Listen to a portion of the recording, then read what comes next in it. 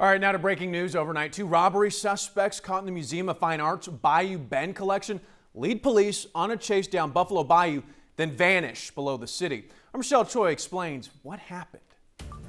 Guys, this is one wild and bizarre story that even the cops agree is unusual. There's a lot of moving parts to it, so let's start with where things stand right now. This morning, police say the two people who broke into the museum are still on the run. But this all started around 7:30 last night when security reported a man and a woman in the Bayou collection here in the memorial area. The two then ran from security and police, escaping and, get this, jumping into a motorboat on Buffalo Bayou.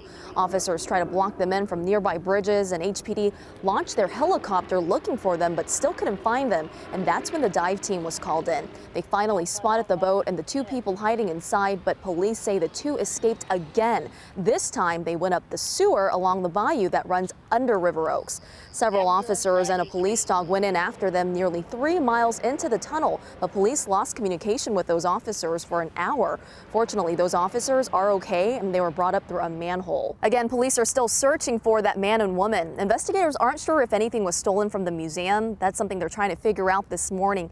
And they're also trying to figure out where that boat came from and who it belongs to. But Xavier, talk about something straight out of a movie. Right, and here in Houston, Michelle Choi, thank you. Almost unbelievable story still unfolding right now. We're staying right on top of this story as the search for those suspects continues. You can get the very latest information on KHU.com or with our KHU 11 mobile app. Just turn on your notifications. You'll get the newest details sent directly to your phone.